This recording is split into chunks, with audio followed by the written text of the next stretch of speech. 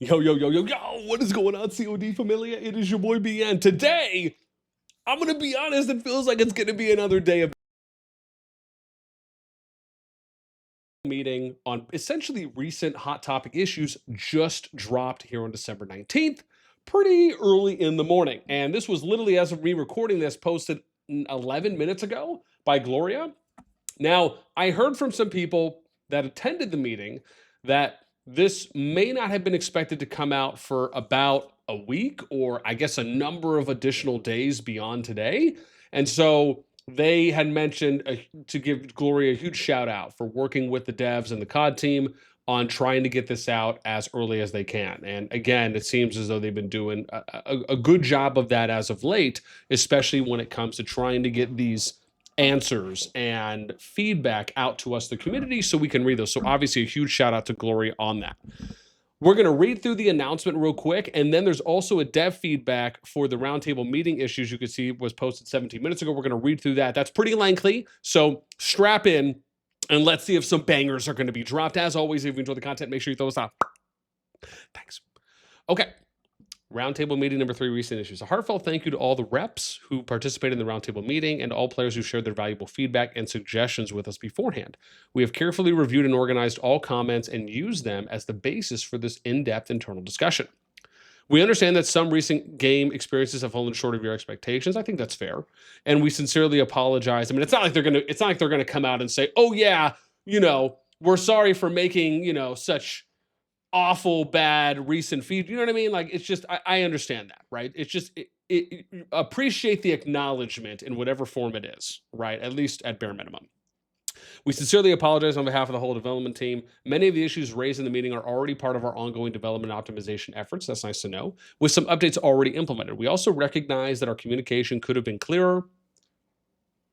Respectfully and objectively, I, along with I'm sure others, have been saying this for a while. When it comes to it, just, and I say that because it feels like it's hit or miss. Sometimes communication's great. Other times, maybe more often than not, it is lacking a little bit. And then obviously the degrees at which it's lacking feels like that can also be hit or miss. We also, we're truly sorry for the confusion and frustration this may have caused. This post aims to quickly share the key points discussed in the roundtable meeting to ensure timely communication. The following responses are mostly direct summaries or key points from the development team. Okay, so this is more of like, I guess, maybe it's summaries based on the feedback, but it's not as though you're going to be able to hear like, oh, well, this was Platypus's response as an example, right? Or some of the meeting attendees, whomever they may have been.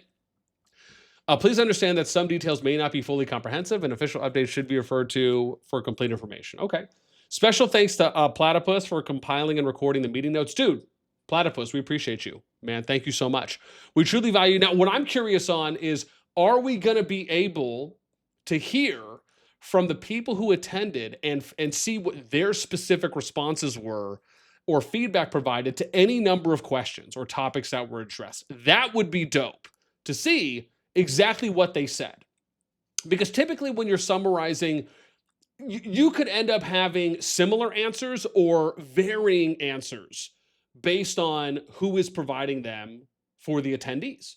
So it would be really cool if we could see that. Now, I don't know if they're going to allow for that to be shared publicly. That would be dope. If so, I don't think that would be any negative impact in any kind of way, because you're hearing from the players themselves on how they answered those questions and what they thought. So that would be cool if there's an opportunity to hear that. We truly value your feedback and vision for the game. We hope to continue building a better gaming experience together through ongoing and transparent communication. Here's the summary. All right, let's click. There's already poop, clown, and thumbs down emojis. How dare you? There's no way all of you read this that quickly. Ugh. Okay. What's funny is I could have just came here anyways, because it's right there. Okay, here we go. Number 1, Bastiones. Let's see what we got here. Regarding Bastions, we have been closely following your feedback. We are fully aware of the concerns regarding how easily they can be defended and their tendency to block narrow passes, i.e. choke points, effectively creating unintended bottlenecks on the map, i.e. choke points. We have also noted your extensive request for adjustments to the make way skill. I mean, people have been making requests to the make way skill for months now, arguably maybe since whenever that was first being utilized after Bastion's introduced. After multiple rounds of internal discussion, we've realized that the Bastion issues players are experiencing are actually symptoms of a deeper problem, the overall pacing of rally and garrison combat. To be fair, I mean, that is one way of looking at it, right? You can argue that if rallying and garrison, if that combat phase was faster, it would allow for you to get to the open field fighting more quickly and or return to the open field fighting more quickly, right? It's not to say that rally garrison combat is bad or it's awful, but inherently it is simple and it usually slows down pacing of PvP.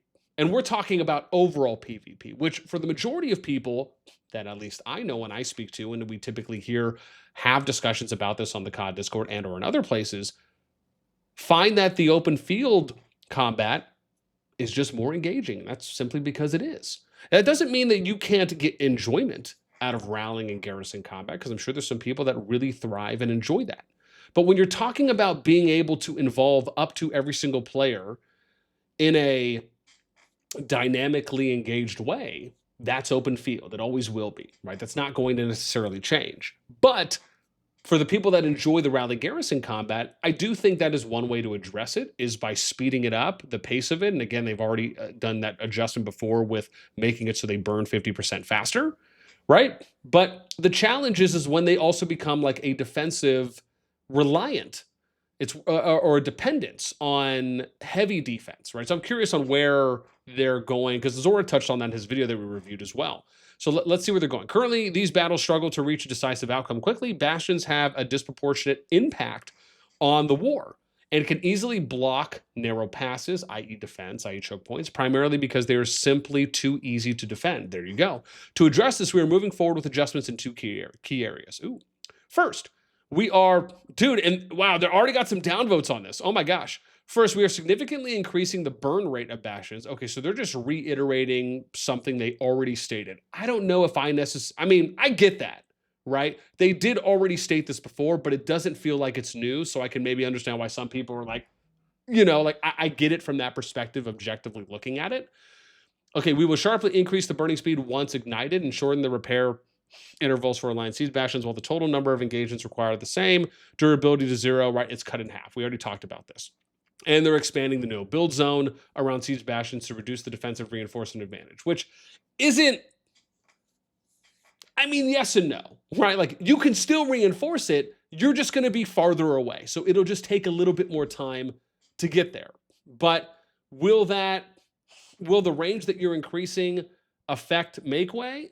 I don't know. It again, right? Was it 30? I'd have to double check on this, right? I recall it being 30 seconds, but I'd have to go back and I again, right? So maybe don't quote me on that one.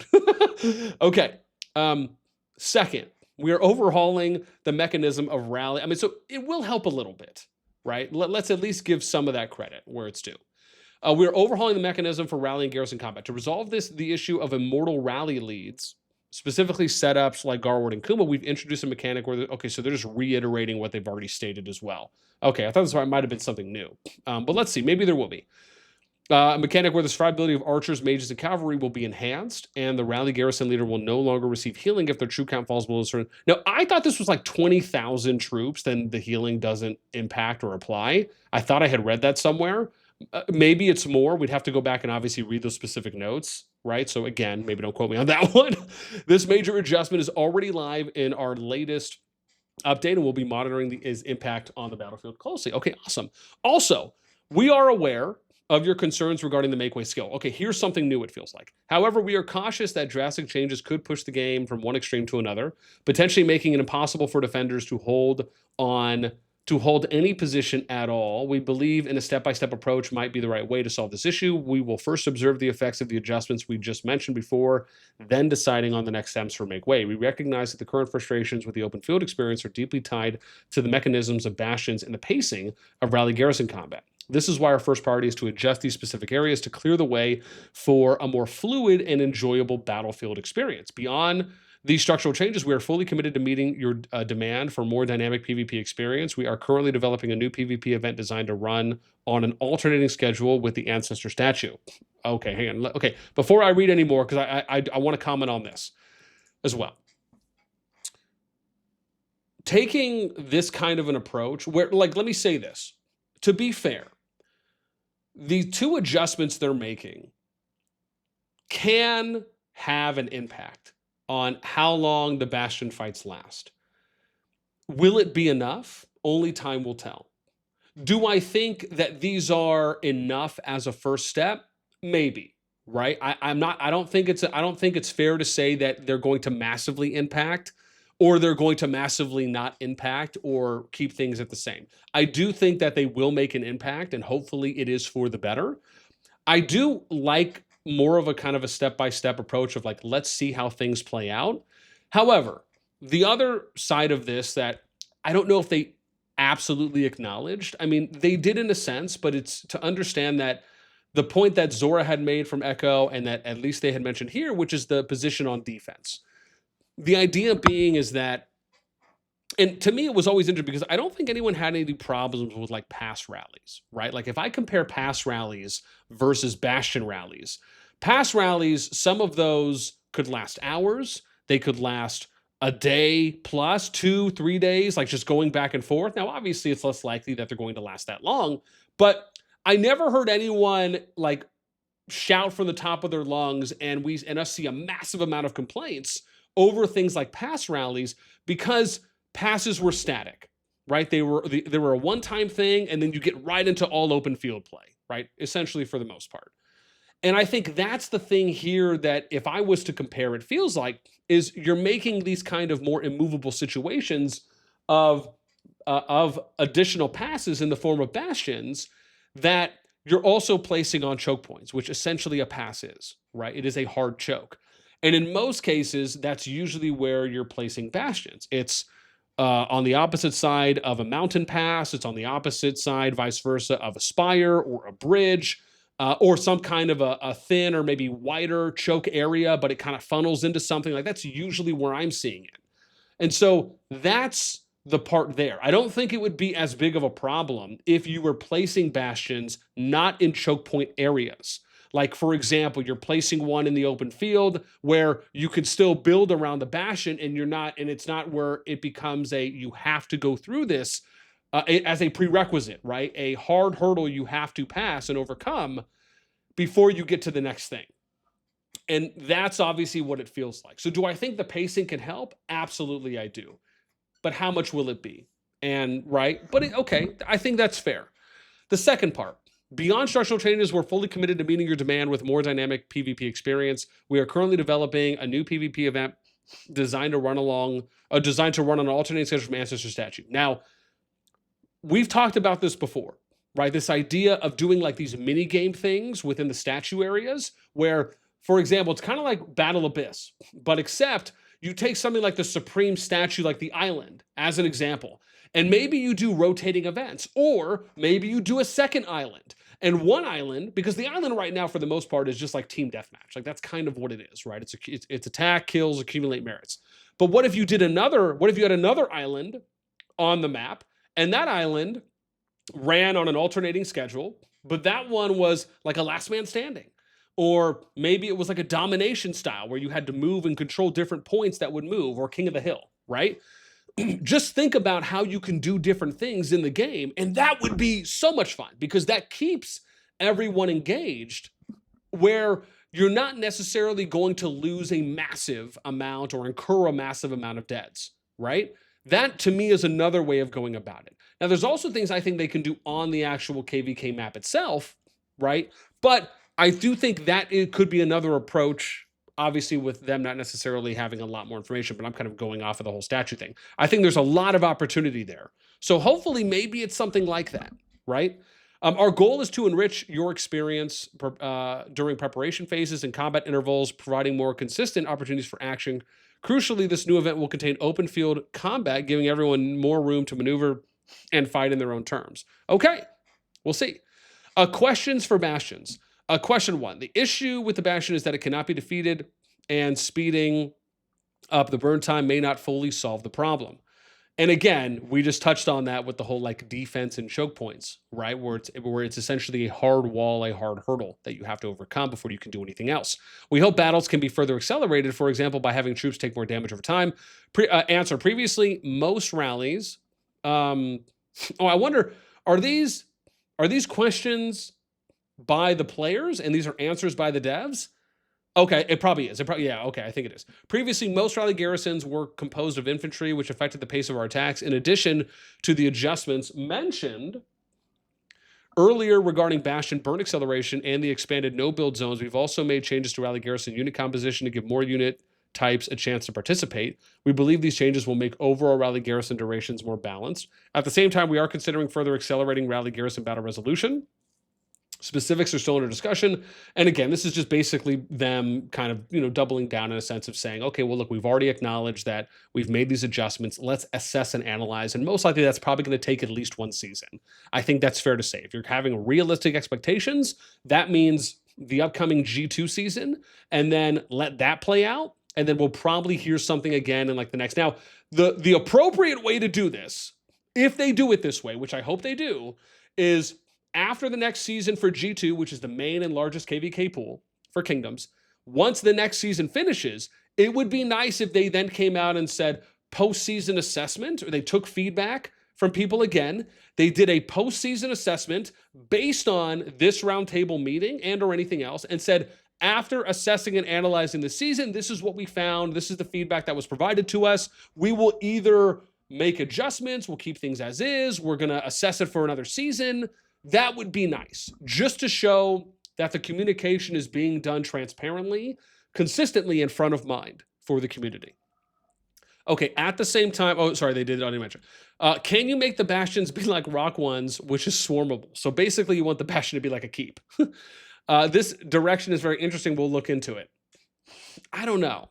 I mean, that's what a keep is. It's like, at that point, I get it. The keep is like a bunker in a sense, right? It's another kind of way of looking at it. Yeah, listen, if they take deads, that would be the only reason why I would think that they might do it, right? Is because they're probably thinking, well, the Bastion is taking deads. If you're going to swarm it, you'll take deads. So maybe they do. Maybe to them, the CoD team's thinking, okay, this actually isn't a bad idea. But I would almost love to hear some players' thoughts on this, right? Before maybe I kind of share, because my thought is, okay, well, now you're creating another way for deads to be incurred. Wouldn't that also mean that people that obviously are able to incur more deads, or as we've heard some people say, recklessly throw units out, because some people have said that, right, would still be at a more in a more advantageous situation, along with those people that already kind of have max decorations and who knows what else might end up coming out, right? At least in the interim, they would be. Okay, question 3. Alt accounts and summon units will block the placement of Alliance towers and bastions. We are aware of this issue and planning to address it from multiple angles. Firstly, for resource nodes, we plan to make them non-blocking. This means that if you are trying to relocate your city or an alliance is constructing a resource node, it will no longer create any obstacles for you. Okay, that actually seems like a nice quality of life change. We are considering limiting the number of legions each lord can summon in events like Eliana's Crisis. This is to ensure that lords can still participate normally in the events and have enough room for gameplay while preventing excessive interference with other game systems. Regarding requests to make summon legions non-blocking, we will evaluate the effect of the current adjustments before deciding on any other changes. Now, to me, the easier way to address this is to make it where you just cannot summon these things in the final zone. Pretty simple. Where you can still summon them in other zones, or maybe you limit it to just only in the starting zone, which essentially is is being able to do it in a non-PvP zone. So if people want to take advantage of this, they then just have to TP back out. Now, yes, you can maybe make the argument that now the other way to do this is a third option is you adjust the event schedule so that way certain events are not happening during final zone. That's another way to do it, right? That'd be a third option. But my point is that instead of what it feels like them having to kind of do this massive workaround or create this additional rule or restriction on this, to me, it's like just eliminate them being able to do it in the FZ. I mean, the final zone is the most important PvP zone anyways, especially if you're able to get to, right? And I always say that with the asterisk of if all kingdoms are able to participate there, it is by far. So, you know, why not? And to me, it almost makes it feel like that. Why not have the final zone be more of a PvP dedicated zone where there's not as many of these kind of gray areas or X factors like Eliana summons, farm accounts, anything that can kind of impede, limit, or dilute the quality of the PvP that can happen there. Again, those are just my thoughts. I'm curious what you guys think, right? You got another idea outside of this? I mean, again, I think these things, part of me feels like you're never absolutely going to get rid of farms, like unless you just said something to the effect of like you needed to register 1 or 2 alliances. That obviously could limit it because you're limited based on the amount of player cap that each of the alliances have going into the KVK. So that's one way to do it. The other way to do it is you say, well, only like once you get to like Season of Strife or maybe the second season of Season of Strife, you say, okay, well, only Siege 25 accounts are able to go into KVK. That would limit some farms, absolutely. Maybe not all, but it would limit some. There are other, I think, creative ways to approach this. Again, I don't think that this is necessarily a bad way to do it, but I just think that there are others to maybe consider. And even if anyone has some ideas outside of my own, I'd love to hear. Let me know in the comments. To address the issue of alt accounts blocking placement, we plan to introduce a territory eviction system. So this is something they've already announced. An alliance building completed, right? This is where once the territory, I believe, starts to be built and it force TPs anyone not in that alliance off. So like non-ally lord cities within the territory will be automatically evicted and randomly relocated to their original region. This way, alliance territory can be fully freed out for development without affecting normal attacks in cities. But the challenge is what happens if you have other main account players that are also a part of the main alliance, but they just happen to be in a second or third alliance and they get forced TP'd. There could be some complaints, I'm just saying, that kind of come out of something like this. But for the most part, I do think these are some things when it comes to addressing. Okay, number 2, decorations. Regarding the decoration system, I mean, this is going to be a long one, fam. Regarding the decoration system, we want to sincerely apologize to the community for the frustrations caused. It was a clear oversight on our part not to inform you in advance. I mean, listen, objectively and respectfully, I mean, you think? You know, I'm sure other people would have probably a more outspoken, outgoing words to share. But yeah, I mean, it was an absolute ball drop. One of those things where that should never happen, right? Especially after what I remember was Osseo once upon a time, and I tried looking for this as well before I recorded this, but I remember once upon a time she had posted an announcement on the Discord saying that they would not let miscommunications and transparency of communication, things like that, slip up again, right? Because this isn't like the first time this has happened. It's happened multiple times. And it's fair to criticize this.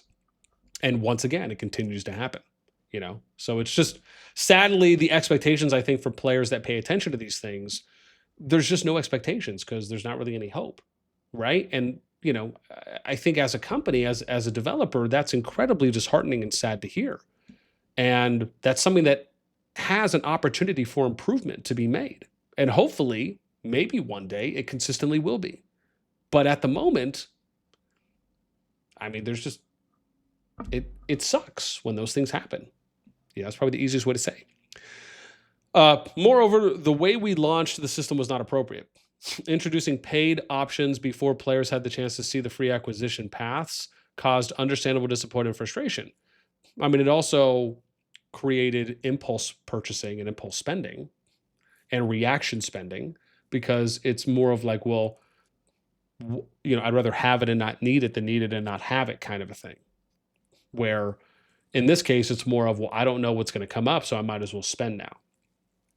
We have also taken note of the many feedback points regarding the system. Our current approach is to expand acquisition methods so that all players can experience the system. Oh, interesting. All players now. Now, I say that not sarcastically, but definitively, meaning if they truly mean that, then again, what's the one thing we've always said? It doesn't matter if they have pay-to-win things in the game. What matters is that everything in the game, absolutely everything, is attainable through free-to-play means where it does not take a millennium for free-to-play to access. That's all it is. And ideally, in a paced amount of time that is not disproportionate to them, to their life expiring, right? Let's just say, right? Or proportionate, maybe I should say. Yeah. Okay. And of course, we will monitor player feedback after these additional acquisition paths are available. With the launch of Point for 4, we've added free options through the merit stores and side quests. The highly sought after legendary decorations with higher attributes, which aka the premium legendary decorations, can also be exchanged through the universal blueprint available in the merit store. Now, see, the challenge here with the merit store, and this is the very first immediate observation, because I've had some free-to-play people that have brought this up, is that, and I'm talking like the top free-to-play players that are in my free-to-play private group on the Discord, is that not every single free-to-play is going to be able to earn enough merits to purchase these and or to purchase other things in the shop, right? Now, yes, there will always be a prioritization that will need to happen, I'm sure maybe at some point, obviously for people that spend and they're able to maybe fight more, they can earn more merits, right? Part of that, whether you agree or not that that should or may always be a free-to-play limitation, you still could do something with that. So, and again, obviously we'll see how that plays out, because one of the things, at least I am planning to do on the free-to-play side, is, especially when I do the next free-to-play, I'm going to ask people, what is your most advanced decoration? How many legendary heroes do you have maxed? How many legendary artifacts do you have maxed? How many pets do you have maxed? Or at least maxed in the sense of, like, maxed tier skills, 3-star, etc. That would typically come with having like a high spending pet, for an example, right? Or something that's kind of within that range. So we can track and see, like, well, how long have you been playing for? And this is where you're at. Because that will, I think, really start putting this like the timeline and like what's attainable and not attainable a little bit more appropriately, so in a transparent way, so people can see that. In the future, we plan to add high value, cost-effective bundles as additional ways to obtain decorations, such as monthly, special, weekly deals in Grimoire Wish, expected to launch within a month. I mean, these all sound like they're spender stuff. Maybe I don't think the Grimoire Wish one is, but don't quote me on that one, right? But monthly, special, weekly deals, these sound like, oh, sorry, well, they are, because they said bundles. Okay, at least for those two. Once these new decoration acquisition methods go live, we will continue to monitor player feedback. This may be an ongoing iterative adjustment process. And my thing on this is, just so people understand, when I talk about these things, such as spending features, material attributes that are in the game, right? We're not talking like free to play all of a sudden is going to be able to catch up to someone who's a mid-high spender. But it also shouldn't be so far out of reach that it demotivates them from even logging in and playing the game at all whatsoever. And that's a fine line that they need to be able to meet. And so hopefully, with me covering this more as I plan to, and put out some actual timeline numbers so you guys can see where the top free-to-play players are, because then you have to assume everyone not a part of the top free-to-play list is well below that. That'll hopefully give you guys some ideas on time. Okay, questions. How can we obtain legendary decorations with higher attribute buffs? Okay, they already answered this, though. Limited decoration, high value bundles. Yeah, decorations create a big gap between lords, and it takes too long for regular lords. Oh my God. Sorry. I mean, just say free to play. Dang, yo, free to play. You guys are regular. You regular now. You're just some average Joes. Now, maybe they didn't mean it that way. That's how it seems. Regular lords. That's funny.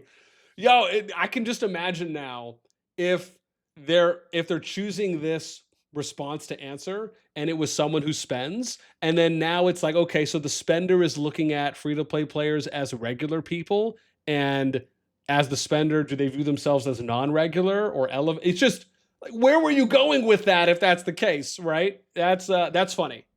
Okay. Curious if anyone enjoyed that one as much as me. Each lord can choose how to develop their decorations according to their own playstyle. Players can simultaneously upgrade higher tier legendary decorations using universal blueprints while leveling up lower tier decorations. The lower tier decorations can be fully upgraded for free. I like how they at least acknowledge that.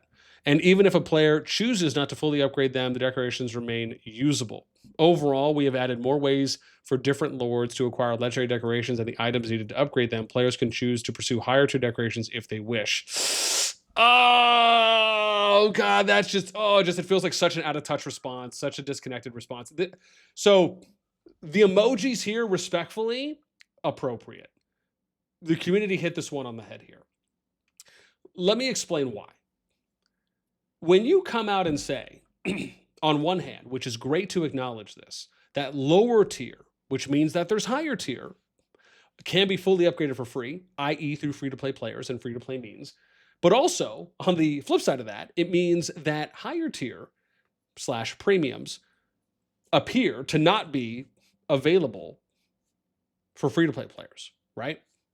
And it says we have different ways to acquire and the items needed to upgrade them. Players can choose to pursue higher tier. When they say pursue, I just switch that word with spend, right? Players can choose to spend money on higher tier decorations if they wish, right? Now, again, this is how it reads. That's what I'm saying. This is how it reads. Now, obviously, we'll know more and we'll have a better idea on the higher tier, or what we were referring to as the premium tier for decorations, right? Once I have a chance to go and speak to some more free-to-play players and really kind of figure out, like, where are they at? You know, what's attainable, what's not attainable, what's their view on it? Because those are the people you want to speak to. Those are the people you want to hear from, because they're the ones who are in it every day, especially for those that, again, are truly free-to-play and have not spent any money, which are those people, right, that are in my group. And if you are a free-to-play person and you're at least at 20 million power or above, just hit me up on Discord. I'd be happy to get you into the group after we verify. But I think for something like this, I don't know. It does feel a little bit out of touch to me. But maybe that's the best response they can give right now. You know what I mean? Okay, let's continue. Number 3, map design. We have also, was it changes play? We still need some time to observe these changes play, meet expectations. Our goal is to ensure that all players have a satisfying experience in the decoration system. Okay, map design. We've also gathered extensive feedback regarding map balance. We fully understand how critical map fairness is to your overall experience. While diverse terrain creates deep strategic opportunities, it does. We recognize it can also lead to unforeseen imbalances that our design team may not have fully anticipated. I mean, listen, Linda, listen. And I'm just going to point out one thing here, right? How long have we as a community, and I know I have, since many seasons ago, been advocating for fair and just equal, not even advantageous, number of flags, flagging and flag pathing on the number of flags from the pass going into the final zone to the dragon, any dragon for that matter, and have that be an equal number of flags from every pass to the dragon in the middle. Eons. We have been saying this forever. So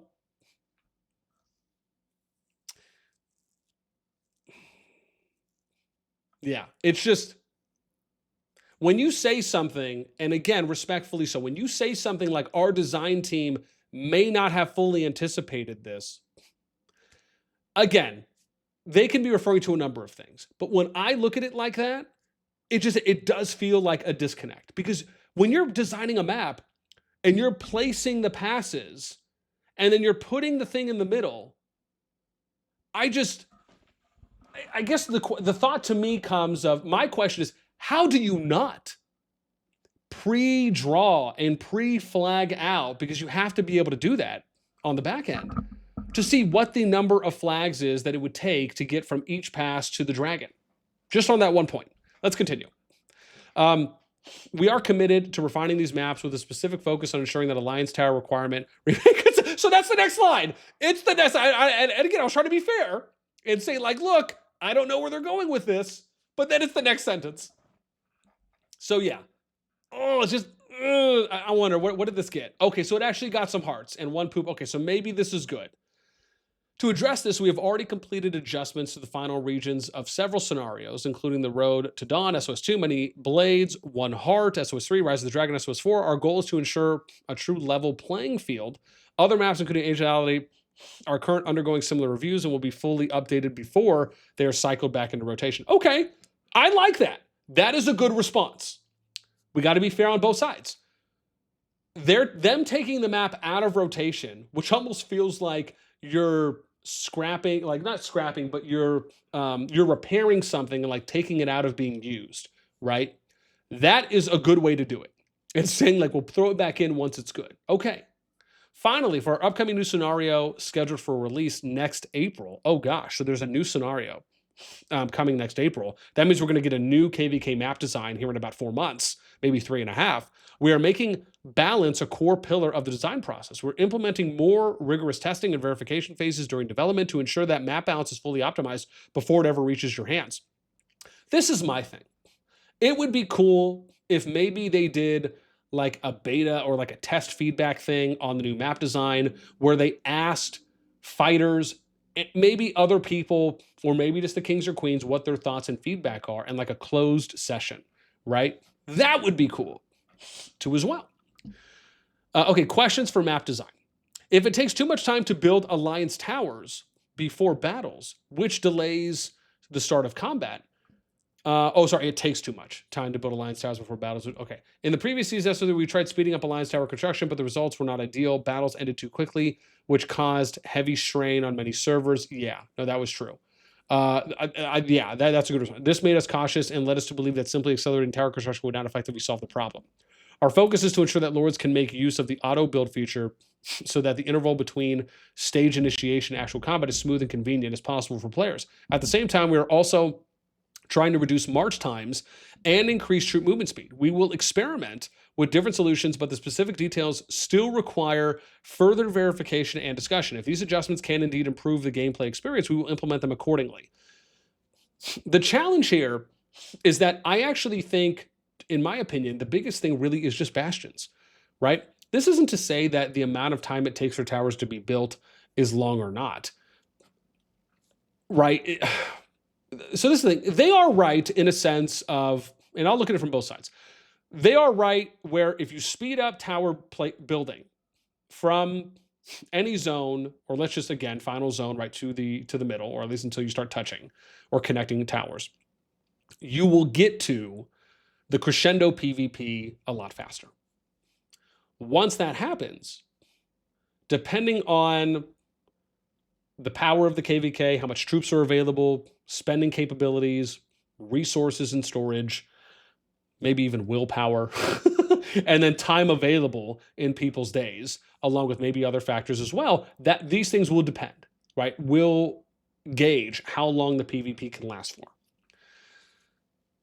So obviously the idea being the sooner that you connect, right, the more high level or high volume PvP you're going to get. Because before that, once pass is open, for the most part in top KVKs, you are seeing people build flags, and then they start sending out their hordes of troop, attacking each other at each gate and each pass. Even if it is long walking or TPing, etc., right, that's what's happening. And then typically it's back and forth until you start getting flags closer and closer and closer, and then they touch, and then you're usually battling it out at that point, and then it's okay, who's going to push who to the next choke point? You're battling it out at the next choke point, and then who's going to break who or push back, battle it out, right? So and that's kind of how it's been going for the most part.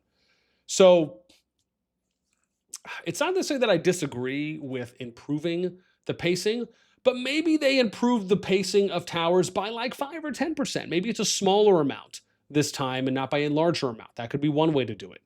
The other way to do it is, like I said, I think the Bastion adjustments will help. And as long as those continue to be fine-tuned, that could also maybe solve this by extension, right? But let's see what else. Can the adjustments to buildings and map layouts be made after KVK? Yes. Oh, I hope so. Sweet baby Jesus. We sincerely apologize for the inconvenience caused to every user on the international servers. In fact, the situation across arose due to an urgent issue on the China servers. Normally, adjustments would be implemented after KVK unless absolutely necessary, but this situation had a significant impact. It required immediate action, and we deeply regret the inconvenience caused. I mean, to be fair, and I say this respectfully, it wasn't. And when I say it wasn't, what I mean is what I mean and believe they are addressing here If they are, is the territory adjustments for the road connections versus, not connecting territory, and that example we gave on like across from a river, right? And that's the adjustment that they had made when it came to territory flagging roads. So I don't know. Does that, to me, and again, this is my opinion, does that feel like it is some kind of drastic, immediate thing that needed to happen? I don't think so. Like, there's nothing that was screaming from that. I mean, keep in mind, this had been around, and I say this as if this is what they are referring to, because they didn't actually quote it, which would have been nice if they did, for clarity. That's an opportunity for next time on communication.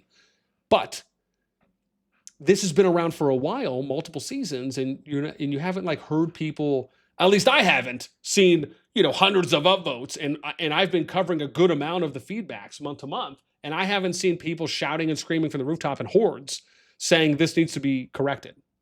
Okay. Matchmaking. Looks like we're almost done. There's 5, 6, 7. Oh God, there's more. We're going to hit an hour on this. TLTR version for MIP. New matchmaking and transparency for team up. Decorations integrated into matchmaking calculations. Yeah. Open field and rally capability for every player. Derived from heroes, pets, city themes, and contributions from past seasons. Interesting. And decorations. Track win and loss. Losing kingdoms get more favorable matchups. RSS stockpiles and recent activity levels. I wonder what they mean by that. Losing kingdoms get more favorable matchups. Oh, I mean, listen, it's a summary, so I'm curious what they mean by that, because, I mean, it also depends how you lost.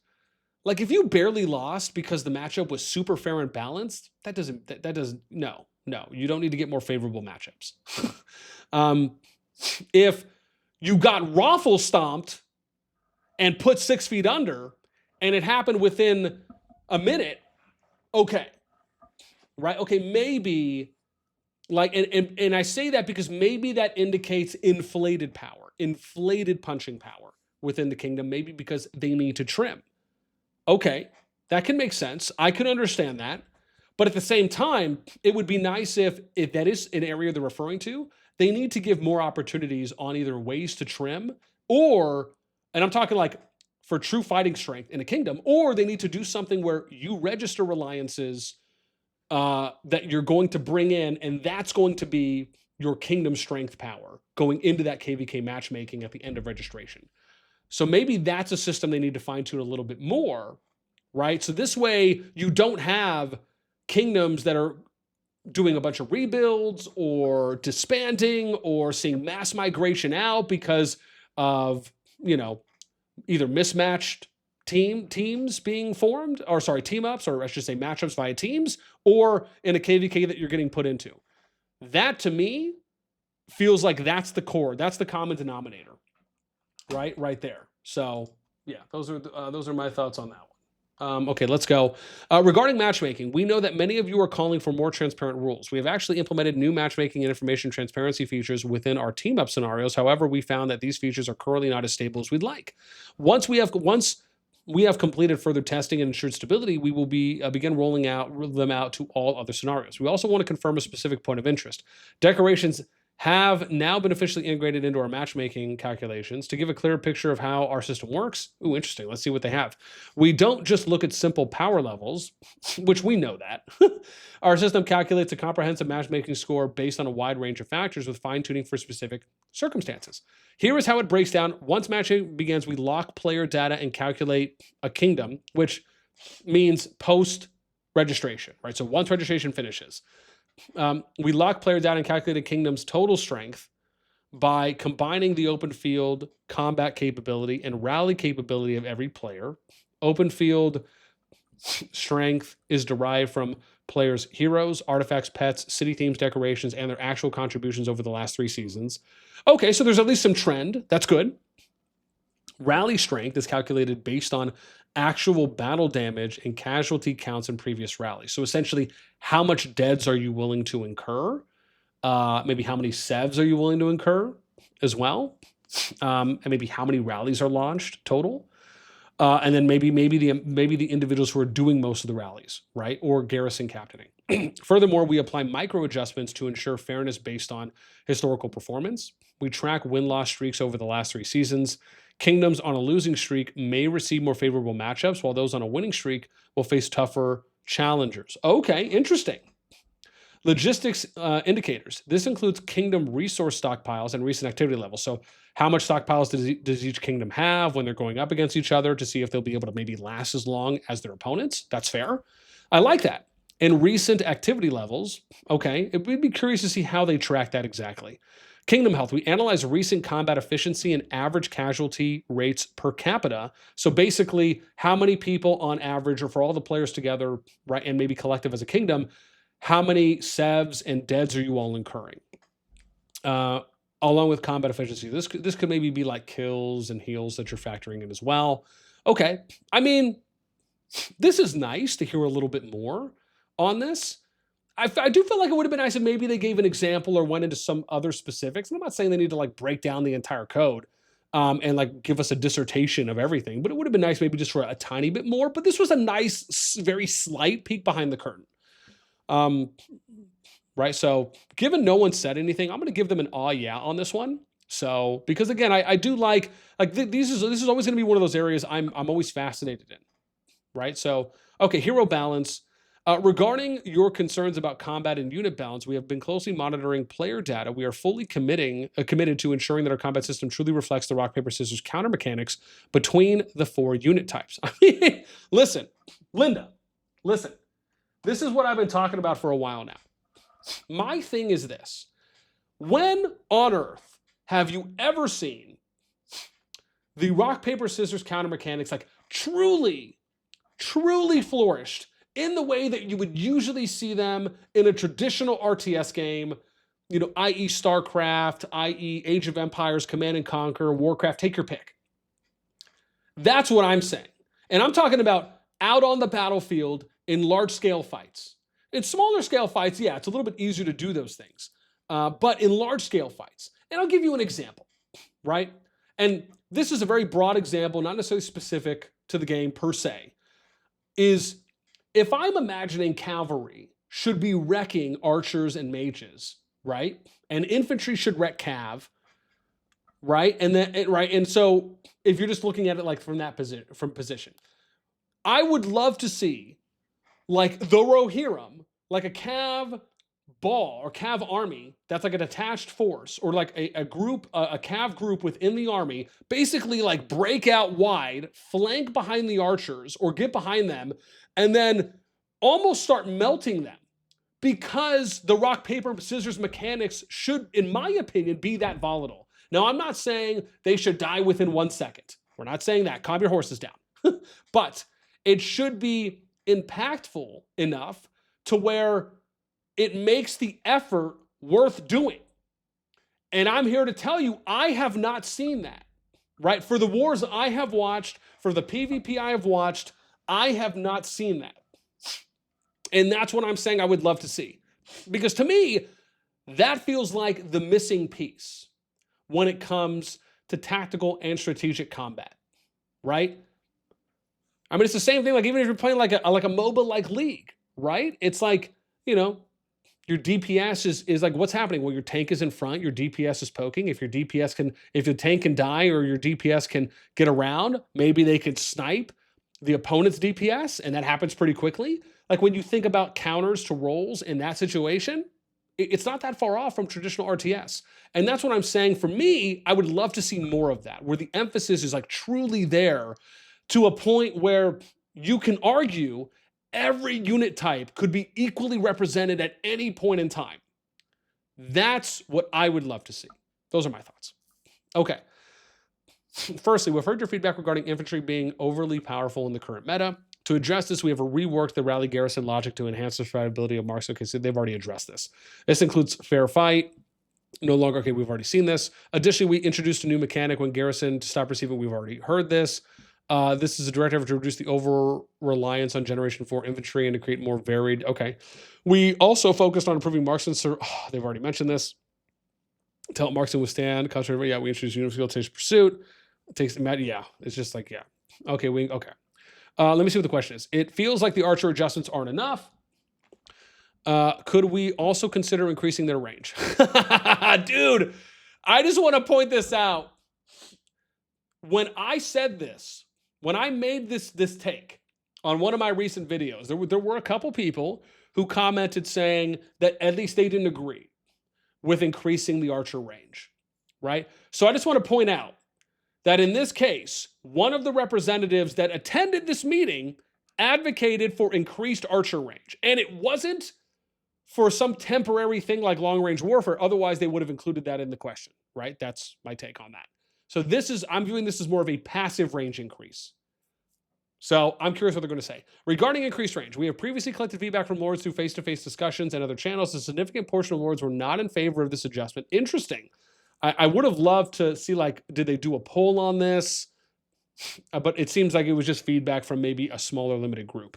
From a design perspective, we also believe that our 4 main troop types should each have their own characteristics, which again, you still can have that even at the same range. And increasing the archer's range could reduce the differentiation between range units.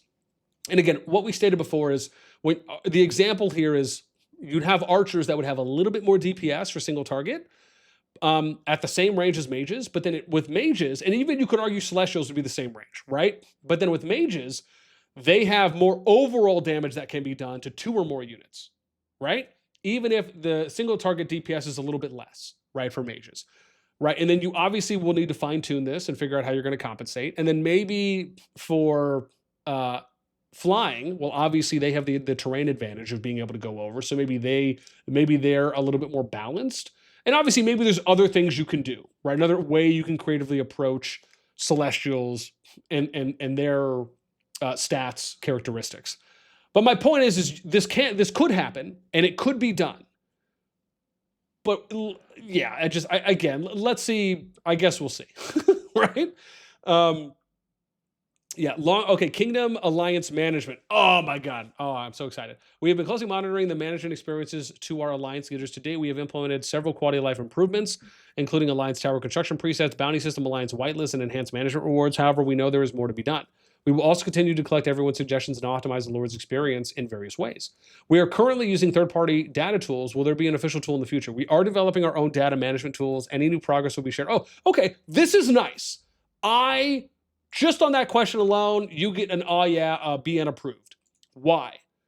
Because we advocated, and I stated this a while back, talking about how I would have loved to seen them add in some kind of king title giving feature.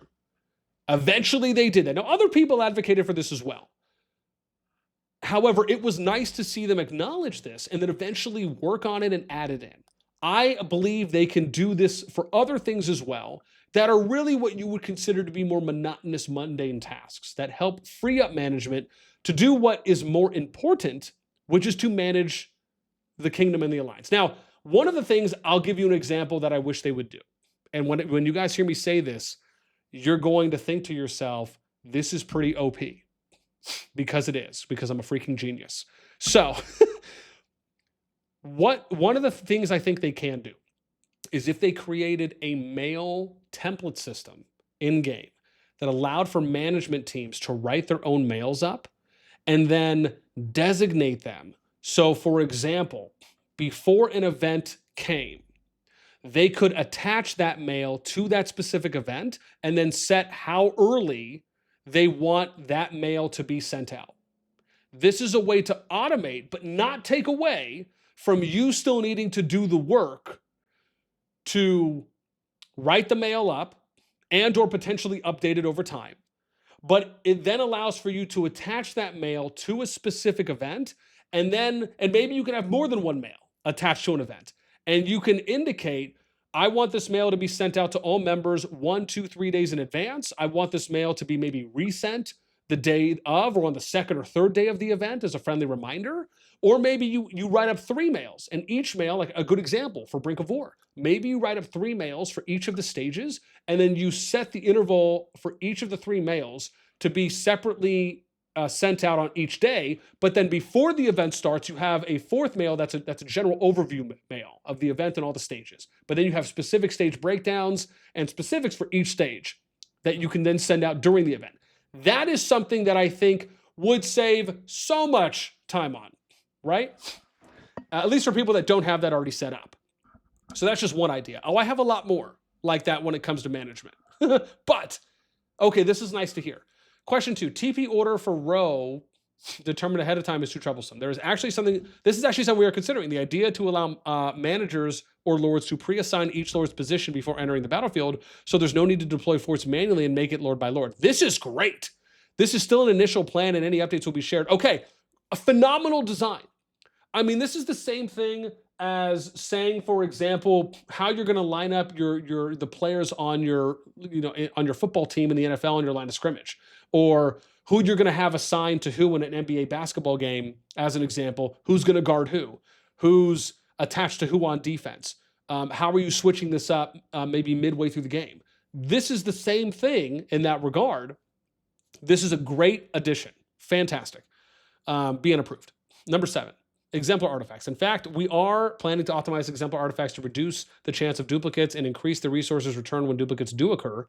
After the adjustment, the likelihood of drawing duplicate treasures will be much lower. This change is scheduled to go live in the next update. To address this, we are planning to introduce a new system for exemplar artifacts in 4.5, our very next update. The new system will significantly reduce the probability of obtaining duplicate artifacts. Furthermore, those who do receive, the compensation return rate will be 3 times higher than the current amount. We will also be issuing retroactive compensation to players who have previously received duplicates under the old system. Okay, I mean, this has the most amount of upvotes so far. So this seems, which, I'm sure, again, is for mostly spenders, but still. Okay, acknowledged. Glorious return. Since the launch, this actually got some. This is mixed. Okay. Brand new content. Stop it, you silly goose. Glorious return. Since the launch of the Glorious Return feature, we have received a lot of feedback. Some lords feel that the importance of troop casualties has been reduced too much, which has affected gameplay modes where losses are a key factor, such as rallies, garrisons, and city attacks. I mean, wasn't it like up to 95% you could get back outside of the 50% in ossuary? At least, I wish I could recall it immediately right now. I wish I had total recall. So like the moment I read something, I just wouldn't forget it. But some lords feel like the importance of troop casualties has been reduced too much. I mean, I would argue with that and probably agree. We are therefore considering whether to adjust this feature in future versions. We have shared this idea through devs Q&A sessions with lords, taking into account that any changes could have significant impact on the battlefield. Well, yeah, this is why you start with a lower amount and then you slowly increment up. You don't start with a higher percentage of dead returns or being able to recover deads and then go back to a lower amount, right? Because in one end, people are having a better experience versus now it's like, okay, now I feel like I'm losing, right? Again, opportunity for future things that we introduce. Our goal is to collect more opinions and suggestions from the community to help us better balance the season's ecosystem. Whether, and now keep in mind, what this really means is you need to collect feedback from people that spend. Free to play will arguably, maybe have some thoughts here, I'm sure, but it's not going to be as impactful because they are the ones that are incurring deads the least. Whether and how adjustments will be made still depends on the feedback we receive. We've also welcomed lords to submit their suggestions through the survey forms provided through the devs Q&A sessions. Okay, I mean, yeah, it should be reduced a bit, I think. Okay, brand new content. Okay, let's see. This is interesting because I don't know if they've ever done a brand new content section before in one of these. We've also heard how much you're looking forward to new content, i.e. new faction. Let's not get our hopes up. We're working hard on 2 major fronts to make this happen. First, festival events. We're constantly pushing ourselves to create fresh experiences following the success of our anniversary events like Caravan Escort, Silk Scuffle. We have an all-new gameplay mode coming this Christmas. It promises to be a festive experience you won't want to... I mean, let's be fair. I think the seasonal events that they do are great. They're themed. It's an opportunity for people to participate in something, get excited about something new that's coming out, and also get some awards and materials from those. I don't think those are necessarily a bad thing. I just think that it would be nice if maybe some of the new content was a little bit more constant as well in other diversified areas, let's just say, which they have done, right? So it's not to say that they haven't done. We're also deep in development on a brand new season of Strife. They've already mentioned this. This will be an experience unlike anything you've seen before. Massive new great dragon and specialized mechanics that put the power of the dragon in your hands. Interesting. Oh, wow. Okay, so this isn't really...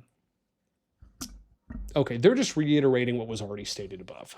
Now, maybe if you are just skimming and you come to this, you'll read this before you read it in any of the above sections, right? So it'll probably seem like, okay, it is new.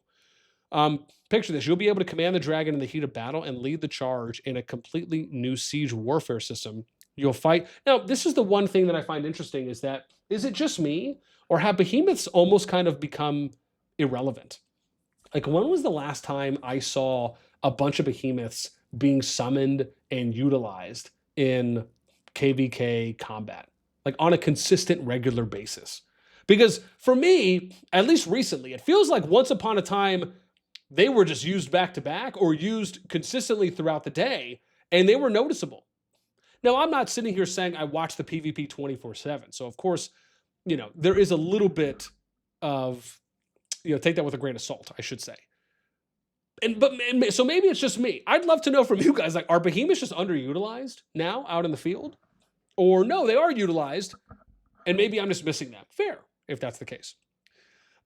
You'll fight to conquer major cities across the map. Cities fortified with functional walls, strategic buff buildings, and arrow towers. And yes, you'll use your dragon to break those defenses and seize control. Okay.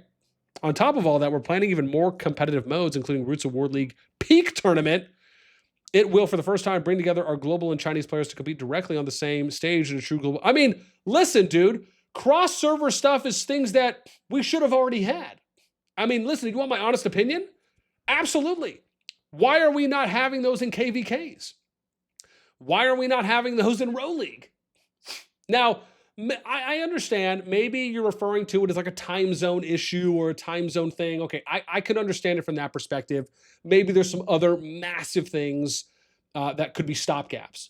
But, I mean, listen, would you love to see KVKs between like these, like the top servers here versus top servers there? Or just everyone be meshed together? Okay. I mean, listen, they did that with World versus the China server event. That was awesome to participate in. They could do more of that.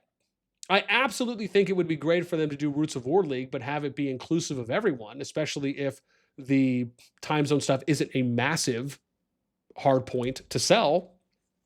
But this is great. This is actually the new stuff I'm talking about, right? So it really, okay, here we go. So it actually is these two lines.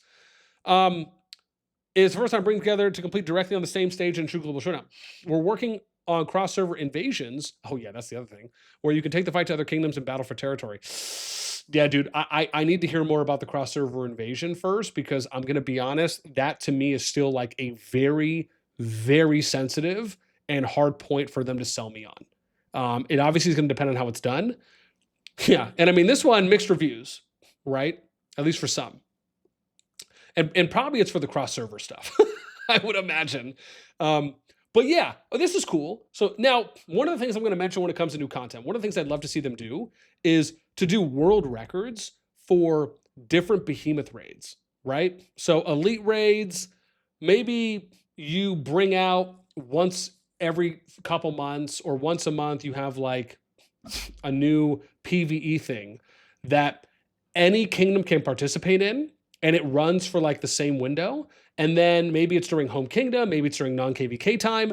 And it's one of those things that people get to look forward to do during non-KVK, where teams get to compete to see who can get the fastest clear times on maybe behemoths, or maybe it's like a unique behemoth they come out with that's separate, that's just for home kingdom, or maybe it's an event that they can rotate or something. But you can have them compete for like global times, and like whoever like does it first, there'll be a world banner that shows across every kingdom in that moment. And then maybe whoever beats whenever a time is beaten, then a world banner shows across every player's screen, maybe at their next login as an example, and they kind of give some love out to them. Things like that would be awesome for them to do more of. And that to me is a massive, I think a big area that they have a lot of opportunity to expand in, to do those kinds of things. And it takes me back to that King's Avatar anime, for anyone who's seen that, right? Because like there's a part in like the first and second season where those things are a little bit more emphasized. And I just think like it's such a cool mechanic. Anyways, that's where I leave you. Let me know what your overall thoughts are. I'm shocked we were able to crush this in basically an hour, because this was pretty massive. I'm going to have time cards. I probably should have said that in the very beginning of the video, but if you've made it here, we'll have time. I'm going to put some time cards in as well. to make things a little bit easier to navigate. Let me know what your thoughts are. Agree, disagree on what I said, your own thoughts on any of the sections. What is the thing you are most excited about that they said? The thing that you're most disappointed about? And what are you maybe on the fence on depending on where it goes? Let me know in the comments below. That's it for me. As always, until next time, we'll catch you later.